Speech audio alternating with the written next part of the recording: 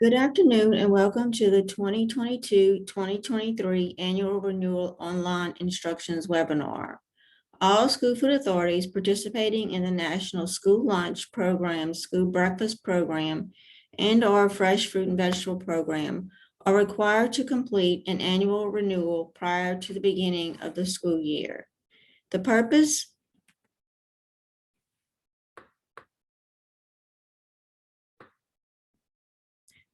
of the annual renewal is to continue the SFA's single permanent agreement between the Louisiana Department of Education and the School Food Authority. It is also the tool for LDOE to collect annual program-specific information. SFAs are required to notify LDOE of any changes that occur throughout the school year. Failure to complete the annual renewal prior to the start of the school year may jeopardize reimbursement. The goals of this presentation are to introduce the Child Nutrition Program website and the changes that have been made for school year 2023, to provide instructions on accessing, editing, and submitting the mandatory application forms that must be submitted through the Louisiana Department of Education Child Nutrition Program website, to provide tips on how to stay up to date and involved with the state agency. Staying connected and involved with the state agency is one of the best ways you can keep up to date with requirements, deadlines, and the ever-evolving changes that occur due to new state or federal guidelines.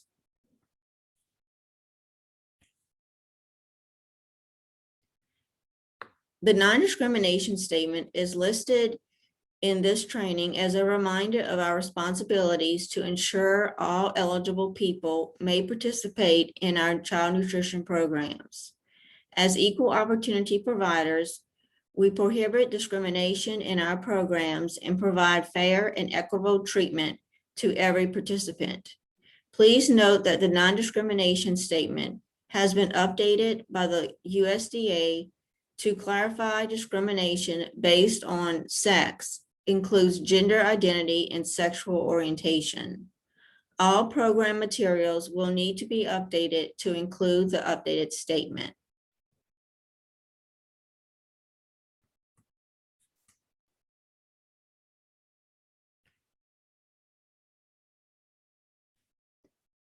The school year 2022-2023 website is now open for all SFA sponsors to complete their 2022-2023 application. All forms can be accessed through the Child Nutrition Program website. The deadline for submitting the New Year application is August 19th. For more information in regard to this, please refer to Memo School Food Service 2022-X157.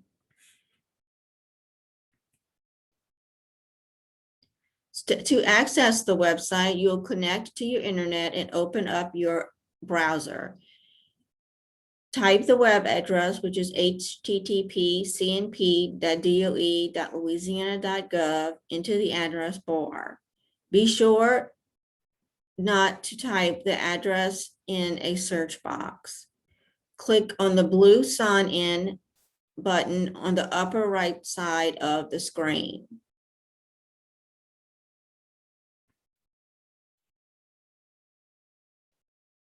Then you will click on CNP, and then you'll enter in your login name and password and click the orange login button. Once you're logged into the website, you will see the Child Nutrition Program's homepage. At the top right side of the screen is the name of your agency, as well as the name of the child nutrition programs you are authorized to view. In this case, it is School Food Service and Summer Feeding. To access documents or information related to School Food Service, you will click on the green tab on the upper right side of the screen. Next, you will click Forms in the green shaded left-hand menu.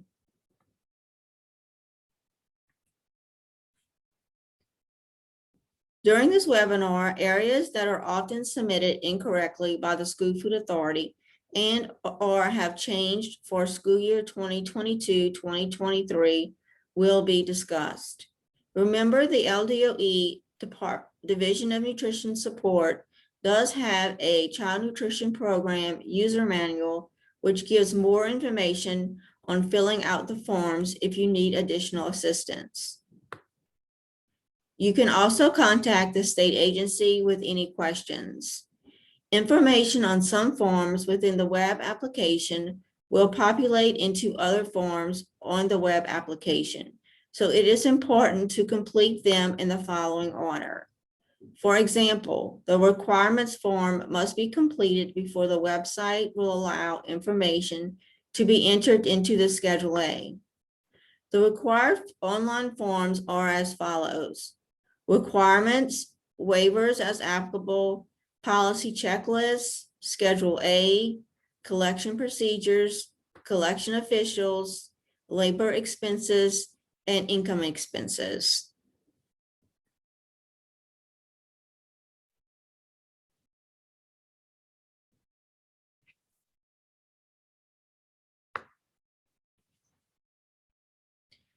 Now let's test your knowledge. Is this true or false? Sponsors in their first year of operation need not to complete the labor expenses form or the income expense form.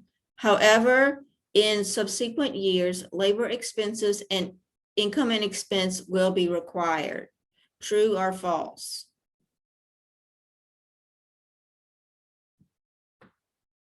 The answer is true. Sponsors in the first year of operation need not to complete the labor expenses form or the income and expense form.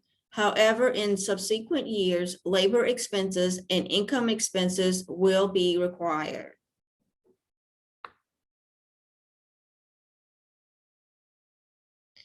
The requirements form consists of 4 sections. All 4 sections of this form must be completed by the head of organization or the authorized representative of your organization before entering data into the Schedule A. To participate in any child nutrition program, the sponsoring organization must provide documentation showing they have a unique ID number associated with their SAM.gov registration. The unique ID number type must match the number that was previously sent to the Louisiana Department of Education by your organization. If the two do not match, an error message will be displayed. An error will prevent the sponsor from completing the application. Previously, this is where you would have entered your organization's DUNS number. You might be wondering, how can I check to make sure the two numbers match? 1, you can call the state agency and someone will help you. Or 2, complete the following steps in the Child Nutrition Program website.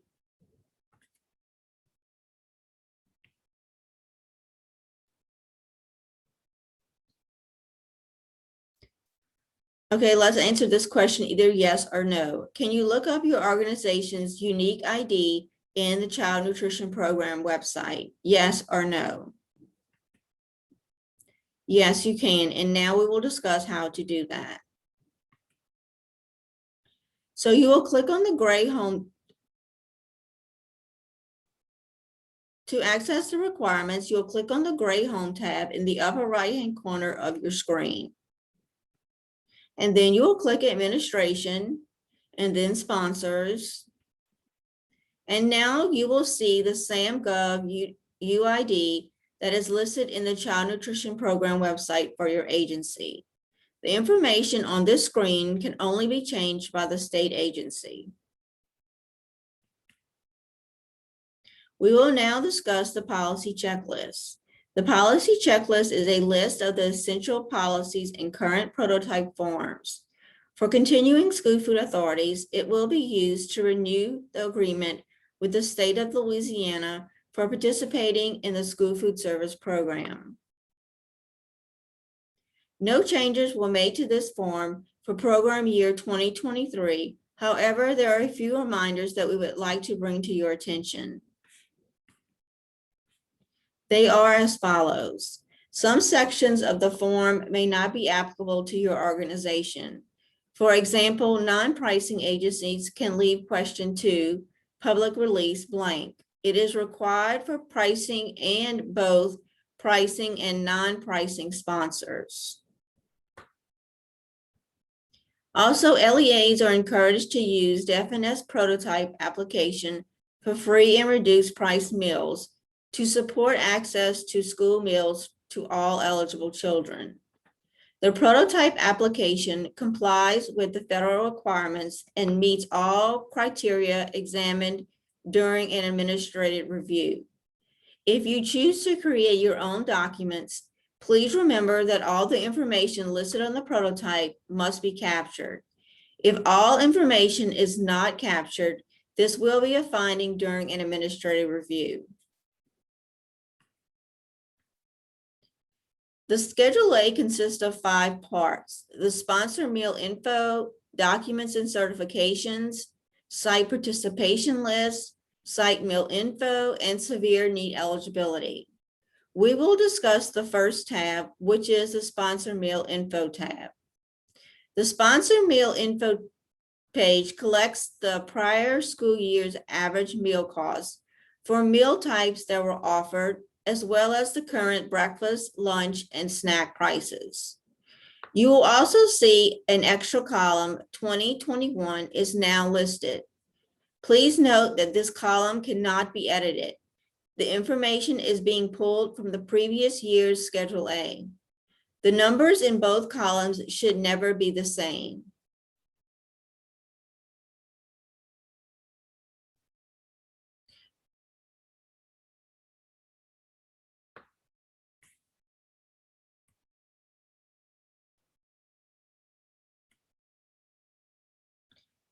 Okay, Les has another question. Is a school year average meal cost the overall cost to produce a specific meal type averaged over 2 school years? Yes or no?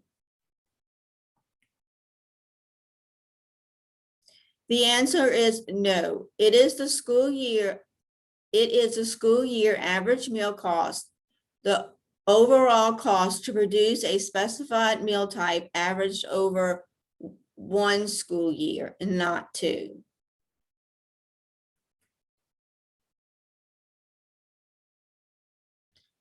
Please note that the average meal cost school year 2022-2023 is a helpful tool for calculating the average meal cost, which can be found on the Child Nutrition Program website under Forms.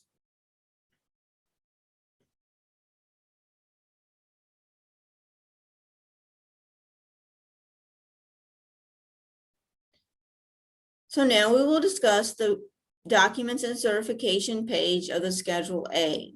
No changes have been made to this page. However, here are a few reminders. When uploading a document, please make sure it is the most recent version and includes all signatures. Prototype documents are frequently attached, missing signatures. Also, please check to make sure that the document attached for SAM shows an active date. If it is expired, the application cannot be processed until a new document is received. The collection officials form consists of 1 page. This is where the sponsor user will provide information on the determined official, pre-verifying official, verifying official, and the hearing official. You may designate all kitchen managers to be the determining officials.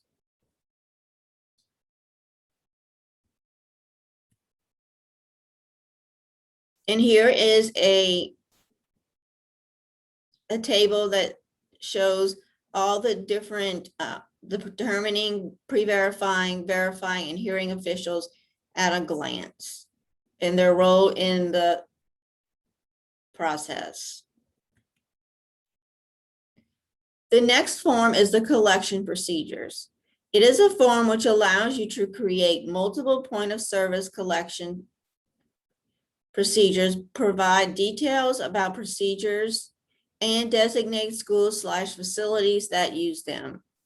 The initial page is a list of all existing procedures for each meal, breakfast, lunch, and snack. This list does not contain any procedures until you create them, allowing you to create as many or as few as you need. However, each meal service must be assigned at least one collection procedure to each service for each site submitted in the Schedule A. The procedure must describe how and where a site counts each reimbursable meal, the collection of funds, and the location of the point of service. Also, the number of collection procedures can vary based on the following: CEP versus non-CEP, the meal services at each site for school breakfast, national school lunch program, and after-school snack program. The complexity of the point of service, whether the site has an alternate meal service options, for example, breakfast in the classroom. And collection procedures roll over from year to year, and SFAs can submit the same procedures used in the previous year if no updates are required, as well as create new or edit existing procedures.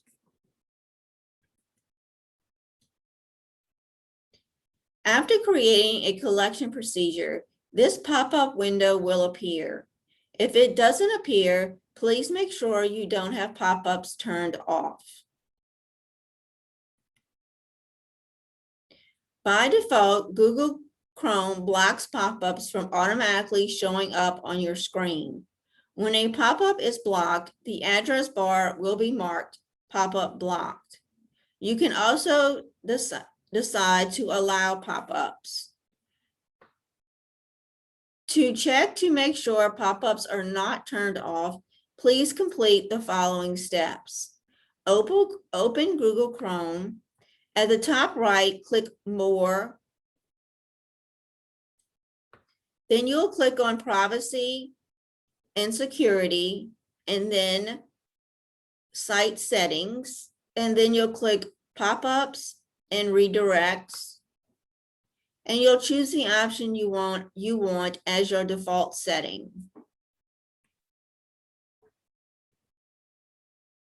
And here is a preview of the labor and expense form.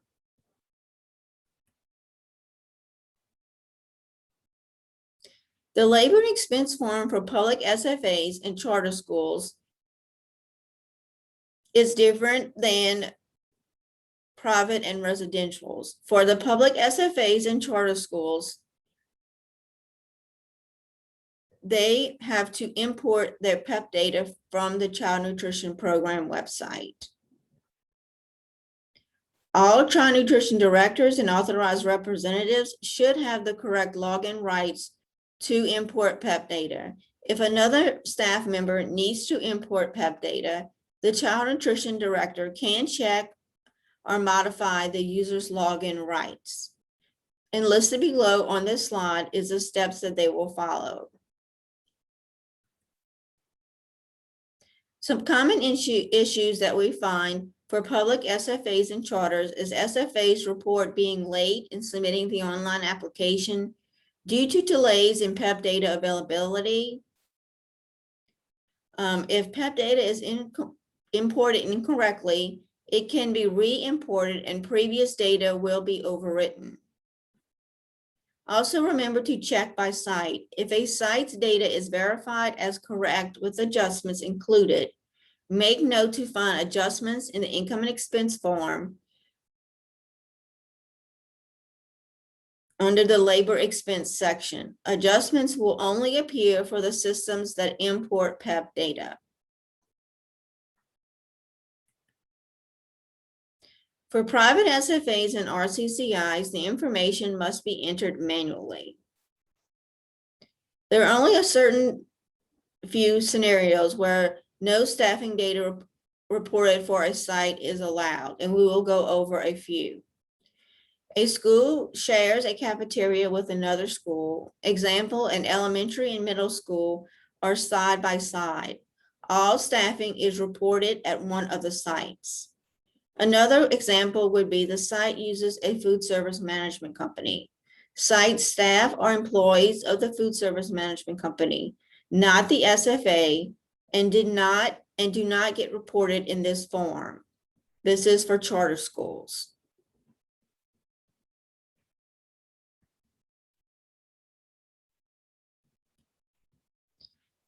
The income and expense form. It consists of 4 parts that are divided on 5 pages.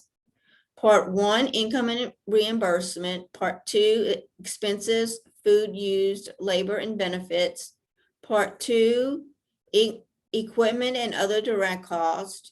Part 3, net cash resources on June 30th. And Part 4, allowable operating balance. The information entered on this form is for the previous program year. Remember, do not use dollar signs or commas, and some fields may have been populated from other forms. Text boxes that have been grayed out cannot be edited.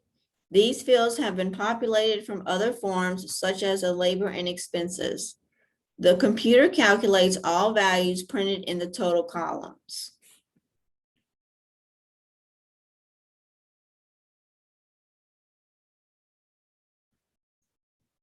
So under the income and reimbursement section, for item 1A, total reimbursement, this number reflects reimbursements received from the National School Lunch, School Breakfast, and After School Snack Program over the past year, which is July 1 through June 30th. If an SFA participates in SSO, which is Seamless Summer Option, those reimbursements should also be included. Remember that SSO is an extension of the National School Lunch, School Breakfast Program, which is included in the school food service claim totals. Do not include any summer food service program or CACFP reimbursements. To check the amount reported for item 1A, you will click Claims under the SFS green tab. Again, if you do not see the Claims tab, that means that you do not have authorizations to view that. If you would need that information, you would need to contact your school food service director. Click View Claims and use the drop-down to access the prior year program. Click on the last claim filed or paid, usually June, but in this example, the last month is May. Then you'll click on the Review tab. Note the total amount paid in the program year total at the bottom of the Review tab.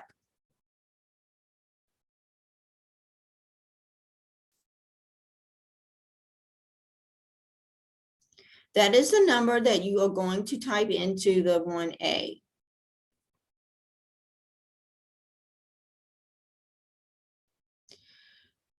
For the income and expense form, it is pretty lengthy, so we're not going to go through every single part. We'll just highlight the parts that we feel are important or most important. For expenses, you'll split between 2 pages, 2A, B, 2C, D, and E. Only purchases made with school food service funds should be documented in this form. Please remember that purchases made for school food service with other funds should not be reported.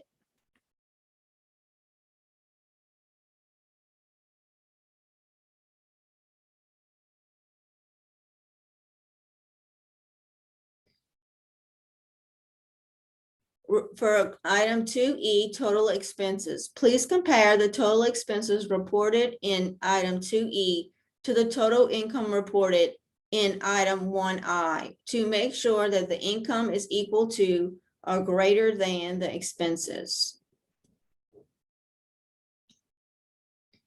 Also, RCCIs do not complete the portion of the form for part 3 net cash resources on June 30th. They can leave as zeros. Net cash resources can be listed as 0.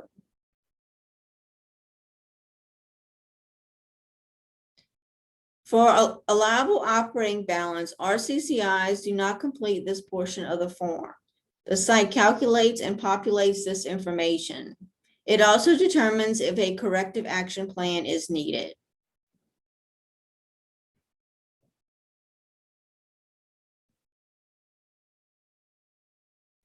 If a correction action plan is needed, it needs to include how, when the funds will be used, which are allowable purchases.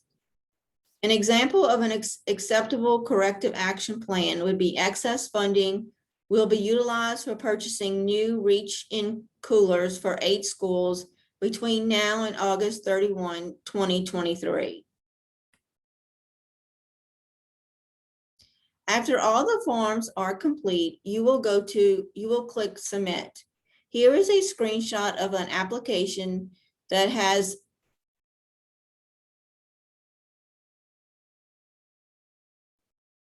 is available for submission.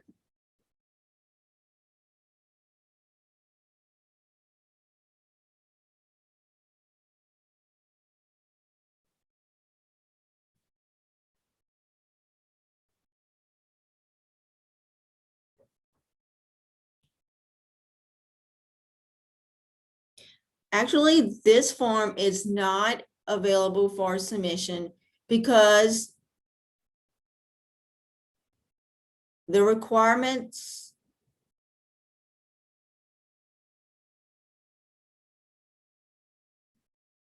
tab has not been opened, and therefore the Schedule A has not been opened. Typically, this would not happen. The Schedule A has been opened, but typically this would not happen. This screenshot was taken from a test website. But just remember that if you don't see the submit button, but you think that all your forms are showing that no errors are found, make sure that you did complete all the forms, because if you don't complete all the forms that are required for your agency, you will not see the submit button.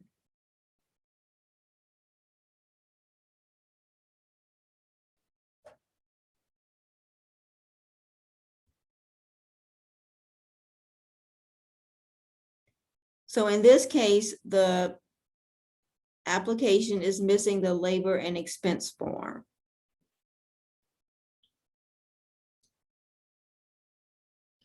Now we will discuss some resources. Sponsors should be aware of resources that are available to them to assist with access to additional program information, as well as staying up to date on announcements from the Louisiana Department of Education state agency. Louisiana Fit Kids, found at louisianafitkids.com, is a partnership between the Louisiana Department of Education and Pennington Biomedical Research Center. Louisiana Fit Kids has a tons of resources for SFAs. There is a calendar with training events posted. Remember, this is how you will register for in-person training with the state agency. Also, you can access the PowerPoint slides and webinar recordings from previous trainings. There are interactive tools to assist with meal pattern planning and professional standard tracking. There are also resources related to smarter lunch classrooms and smart snack guidelines,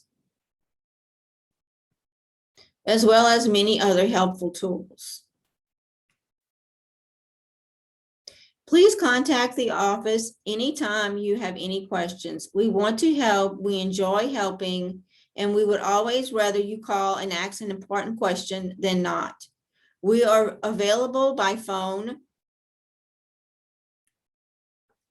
or email. You can contact us at 225-342-0000. 9661 or at childnutritionprograms@la.gov. We would like to thank everyone for joining this webinar and hope everyone has a great afternoon.